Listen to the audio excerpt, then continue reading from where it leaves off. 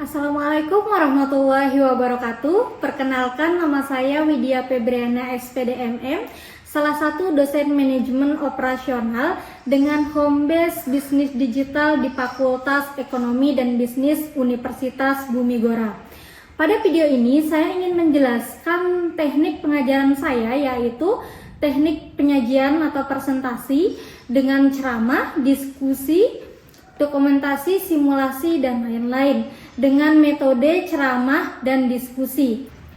Pada salah satu mata kuliah manajemen operasional yang saya ampu dengan bobot mata kuliah 3 SKS. Sebelum saya menjelaskan teknik pembelajaran saya, terlebih dahulu yang pertama saya ingin menjelaskan deskripsi secara singkat tentang mata kuliah manajemen operasional pada semester 4 ini dengan materi konsep dasar manajemen operasi dan ruang lingkup yang ada di dalamnya. Capaian pembelajaran mata kuliah manajemen operasional ini, mahasiswa dapat menganalisa dan menjelaskan perlunya manajemen operasional untuk menunjang fungsi organisasi dan fungsi bisnis. Yang pertama, mahasiswa dapat menganalisa dan menjelaskan definisinya, ruang lingkupnya seperti apa, dan pengembangan manajemen operasionalnya seperti apa. Yang kedua, mahasiswa dapat menganalisa dan menjelaskan tentang strategi operasi seperti apa.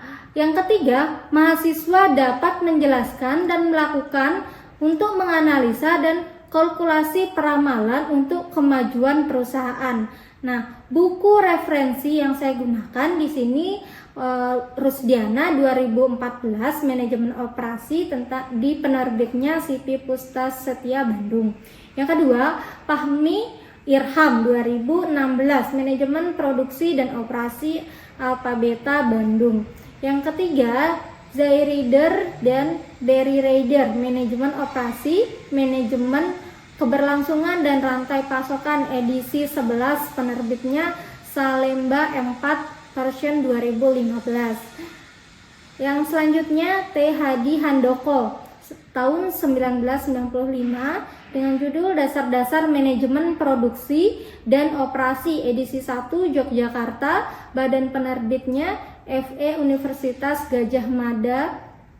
Dan selanjutnya William J. Stephen and Sam Chejong dengan judul Manajemen Operasi Perspektif Asia buku 1-9E Salemba 4 2014. Materi pelajaran atau pokok bahasan yang akan dibahas: pertama, operasi dan produktivitas; kedua, konsep dasar manajemen operasi dan ruang lingkup yang ada di dalamnya; ketiga, strategi operasi dan pengambilan keputusan; keempat, manajemen peramalan atau forecasting; yang kelima, perencanaan kapasitas dan agregat; yang keenam, desain produk dan jasa; ketujuh, analisis break-even point dan penentuan harga; 8, manajemen kualitas; 9, strategi lokasi dan studi kasus; 10, tata letak atau layout, di sana juga ada studi kasusnya; ke-11,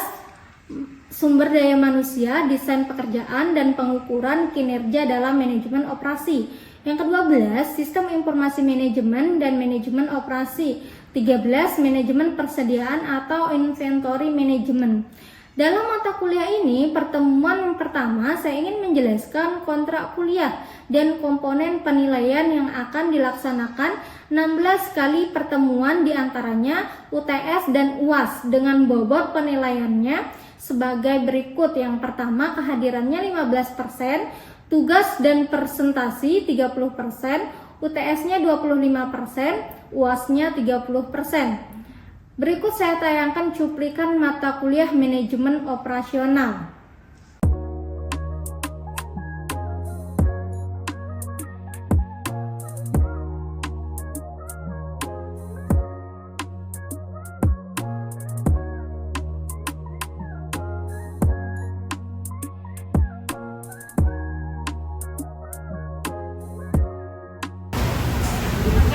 Bismillahirrahmanirrahim. Assalamualaikum warahmatullahi wabarakatuh.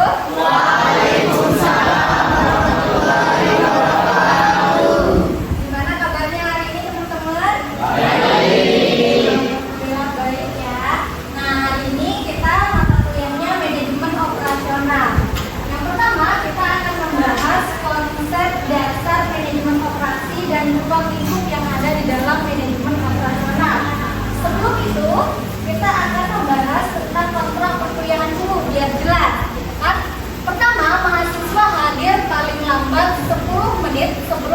perkuliahan dimulai. Jika lebih dari 10 menit, mahasiswa dinyatakan alfa. Ya. Namun tetap diberi kesempatan mengikuti pembelajaran sebagai hak mahasiswa untuk belajar. Jadi keterlambatannya teman-teman 10 menit. Nah, kalau misalkan dia 15 menit, tetap hadir, tapi tidak absen atau alfa. Nah, dengan cara itu mahasiswa tetap mendapatkan ilmunya. Karena apa? Karena itu adalah hak teman-teman mahasiswa. Nah, yang kedua, kehadiran sekurang-kurangnya 80% dari jadwal perkuliahan. Ya. Oke. Setelah itu mahasiswa melakukan absensi tanpa menitip absensi. Ingat ya. Setelah itu berpakaian rapi dan sopan. Nah, next, mahasiswa berperilaku mandiri dan jujur, tidak boleh mencontek. Selalu menjaga suasana kondusif dengan berperilaku sopan sama dosennya dan berperilaku sopan sama teman sejawat selama perkuliahan tatap muka ataupun yang online. Setelah itu mahasiswa wajib mengerjakan tugas individu maupun kelompok dan mengumpulkan tugas secara tepat waktu. Ya. Setelah itu mahasiswa tidak menginginkan untuk menggunakan HP. Ya, jadi tidak diizinkan untuk menggunakan HP karena akan mengganggu proses belajar mengajar selama perkuliahan berlangsung. Jika darurat diperbolehkan untuk misalkan jika ada orang tuanya yang sakit gitu, atau minta diantar ke rumah sakit, dan itu atas persetujuan dari dosennya, gitu ya. Jika terdapat aktivitas perkuliahan recovery, pencarian literatur melalui internet, maka hal ini akan diperbolehkan. Jika ada tugas misalkan teman-teman harus mencari dari internet, dari internet misalkan teks ilmiah dan lain sebagainya, bisa lewat internet. Nah, komponen penilaian yang akan dilaksanakan sebanyak 16 kali pertemuan, diantaranya UTS dan UAS dengan bobot penilaian sebagai berikut. Pertama, kehadiran itu 15%, kedua, tugas dan presensinya 30%, UTS-nya 25%, UAS-nya 30%. Jika ada ujian susulan, hanya akan dilaksanakan 1 kali untuk mahasiswa yang izin atau sakit ketika pelaksanaan UTS atau UAS sesuai kesepakatan antara dosen dan mahasiswanya. Setelah itu, komponen penilaian yang akan dilaksanakan selama 16 kali pertemuan itu diantaranya kehadiran 15%, tugas dan ujian 30%, UTS 25%, UAS 30%. Nah, dari kontrak perkuliahan ini ada yang mau bertanya atau ada yang kurang jelas? Ada ya? Oke, dari pertemuan kita sebelumnya, kita akan mengulas kembali pertemuan yang sebelumnya, materi yang sebelumnya. Materi minggu lalu kita membahas tentang produktivitas. Nah, apa sih itu produktivitas? Produktivitas itu ukuran efisiensi dari suatu produksi, perbandingan ataupun output yang dihasilkan dengan input yang digunakan. Apa rumusnya? Rumusnya produktivitas sama dengan output dibagi dengan input. Contohnya, jika sebuah pabrik menghasilkan 100 unit produk dengan menggunakan 50 jam kerja, maka produktivitas tenaga kerja adalah 2 unit atau 2 jam. Yang kedua, jika outputnya meningkat dengan input tetap, berarti produktivitasnya meningkat. Nah, kalau misalkan kita memproduksi minyak, maka produktivitasnya akan meningkat, outputnya, keluarannya akan meningkat, gitu ya. Maka penjualan kita juga akan terus meningkat. Nah, apa sih hubungannya output dengan operasi? Hubungan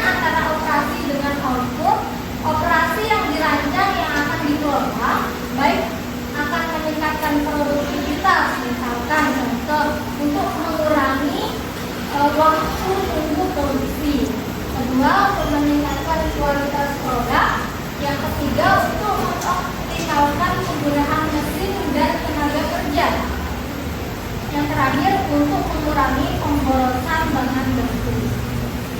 Operasi apa sih hubungan antara operasi dan produktivitas, gitu ya? Jadi operasi itu merujuk pada proses atau aktivitas yang dilakukan suatu organisasi atau perusahaan untuk menghasilkan barang dan jasa. Jadi tidak hanya barang-barang aja, tidak hanya jasa aja, tapi keduanya, barang dan jasa. Apa contohnya kalau misalkan barang contohnya bisa kayak gitu kan? Ini remote. Nah, kalau misalkan dia berat itu bisa disentuh, diraba dan bisa dilihat. Kalau jasa, apa contohnya kalau jasa? Jasa laundry misalkan ya. Oke. Contoh elemen dalam manajemen operasi itu perencanaan produksinya seperti apa, terus manajemen rantai pasarnya kayak gimana, pengelolaan sumber daya mesinnya kayak gimana, pengelolaan SDM-nya kayak gimana, penjadwalan dan logistiknya seperti apa. Dan tujuan utama dari manajemen operasi ini adalah untuk menciptakan nilai proses yang efisiensi dan efektif dalam mengubah input bahan baku, tenaga kerja, teknologi menjadi output atau barang yang bernilai jual atau produk dan jasa yang bermanfaat bagi konsumen. Sekarang kita masuk materi yang sekarang. Oke, materi yang sekarang di sini ada dahulu, penyebab dan sekarang. Nah, di zaman dulu sama yang di era sekarang ini berbeda. Dan penyebabnya apa sih? Kalau di zaman dulu fokus lokal atau nasional, itu kalau di zaman dulu dia fokusnya itu ke lokal saja, ke nasional saja. Apa penyebabnya? Penyebabnya yaitu biayanya rendah, komunikasi globalnya kurang, dan transportasi lancar. Nah, kalau di zaman dulu itu komunikasi kita susah sekali untuk berkomunikasi. Kalau sekarang itu semua apa-apa itu cepat, ya. Kalau sekarang itu fokusnya ke global, dunia. Tidak hanya di Indonesia, akan tetapi di mancanegara. Itu kan apa contohnya di sini? Kalau misalkan sekarang kalau misalkan kita mau memproduksi daun pisang yang kering, kita bisa jual ke luar negeri. Nah, kalau dulu kan orang dulu tidak memikirkan bahwasanya daun pisang kering itu bisa dijual ke luar negeri. Gitu. Transportasinya kayak gimana? Terus cara komunikasi saya ke menjual ke luar negeri itu kayak gimana? Bahasa apa yang saya gunakan? Kalau dulu kan nggak berpikir seperti itu. Kalau sekarang karena kita cuma global, mendunia, kita mikir bahkan sekarang kelapa pisang pun orang Indonesia mensuplai ke luar negeri, gitu ya. Dan itu harganya terjangkau, mahal. Makanya kalau di sini kan masih terjangkau gitu karena kita dari tanam sendiri, produksi sendiri, gitu. Ketika kita jual ke luar negeri itu akan harganya akan tinggi, ya. Jumlah pengiriman besar yang itu. Kalau sekarang itu bisa menggunakan pengiriman just in time, Shopee, Lazada, ya. Nah, terus next pembelian dengan tawaran yang rendah kalau dulu. Kalau sekarang karena menggunakan e-commerce, jadi di situ ada harga, ada kualitas, ada barang. Nah, kalau misalkan kita menjual barang-barang Indonesia ke luar negeri, itu biasanya harganya akan melonjak tinggi. Kenapa terjadi hal yang seperti itu? Karena di luar negeri itu ada bahan-bahan yang tidak ada yang ditanam di sana, tidak ada di daerah mereka. Contohnya apa?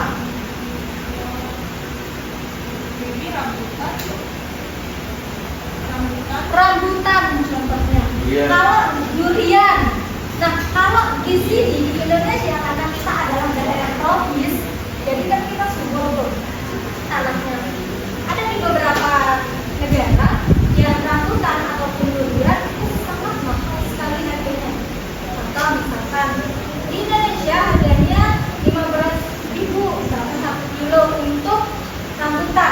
di luar negeri bisa sampai 85.000. Nah, itu kan kita sangat untung jauh sekali. Apalagi durian, makanya durian sekilo harganya berapa? Berapa biasanya? 50.000. Di luar negeri bisa jadi 300.000. Ya? Oke. Nah, itulah bedanya yang dulu dan sekarang. Kegiatan manajemen operasi di sektor barang dan jasa. Pertama, produk barang. Yang kedua, produk jasa.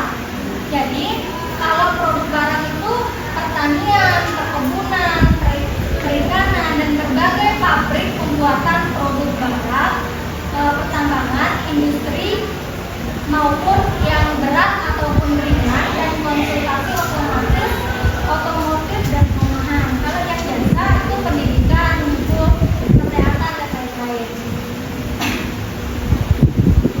Nah, ini sejarah konsep manajemen operasi. Yang pertama dari Eli Waini tahun 1800 adalah ahli manajemen yang mempopulerkan konsep standarisasi dan standar yang mutu dengan menghasilkan produk dapat dibongkar pasar untuk jenis produk senjata. Ya. Oke. Setelah itu dari Henry Ford dan Charles mengatakan bahwa berhasil memajukan pengetahuan mereka akan komponen yang distandarisasi dengan ini produksi sehingga memberikan sumbangan yang penting tentang hal order. Ini adalah sejarah konsep manajemen operasi. Bidang keahlian. Nah, bidang keahlian manajemen operasional apa saja? Yang pertama, manajer pabrik atau biasa disebut dengan plant manager. Apa itu? Manajemen pabrik termasuk keahlian di bidang perencanaan produksi, manajemen pembelian, manajemen persediaan, termasuk mengelola karyawan yang ada di dalamnya, di bagian operasional maupun pengelolaan sumber daya lainnya yang dipergunakan untuk yang di pabrik. Yang kedua, direktur pembelian. Selanjutnya manajer mutu. Terus konsultan perbaikan proses. Setelah itu manajer dan perencanaan rantai pasokan atau biasa disebut dengan supply chain manager and planning. Oke. Apa tugas dari manajer dan perencanaan rantai pasokan ini? Dia bertugas bertanggung jawab mengenai negosiasi kontrak jangka panjang antara perusahaan dengan supplier maupun distributor, sehingga harus mempunyai keahlian tentang material, equipment planning, perencanaan, supply chain management, teknologi komunikasi yang canggih dalam dunia bisnis, konsep dan jadwal yang sudah disediakan. Apa contohnya di sini? Di sini contohnya yaitu di pabrik besar. Nah, di situ kalau misalkan proses dari hulu ke hilir produk coklat.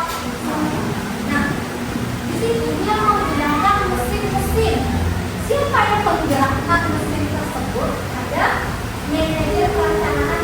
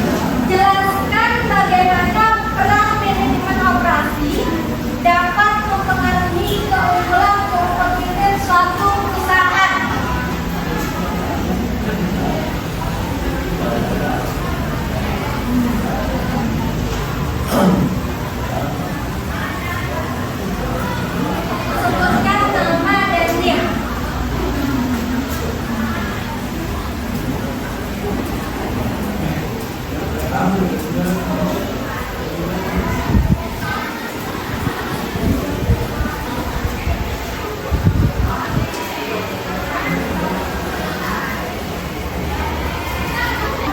siapa? Perkenalkan, nama saya Randy Arianto dengan aliransi 24. Saya akan menjawab pertanyaannya tadi, di mana manajemen operasi itu berperan dalam menciptakan efisiensi, kualitas, kecepatan, dan produktivitas dalam proses produksi dan layanan.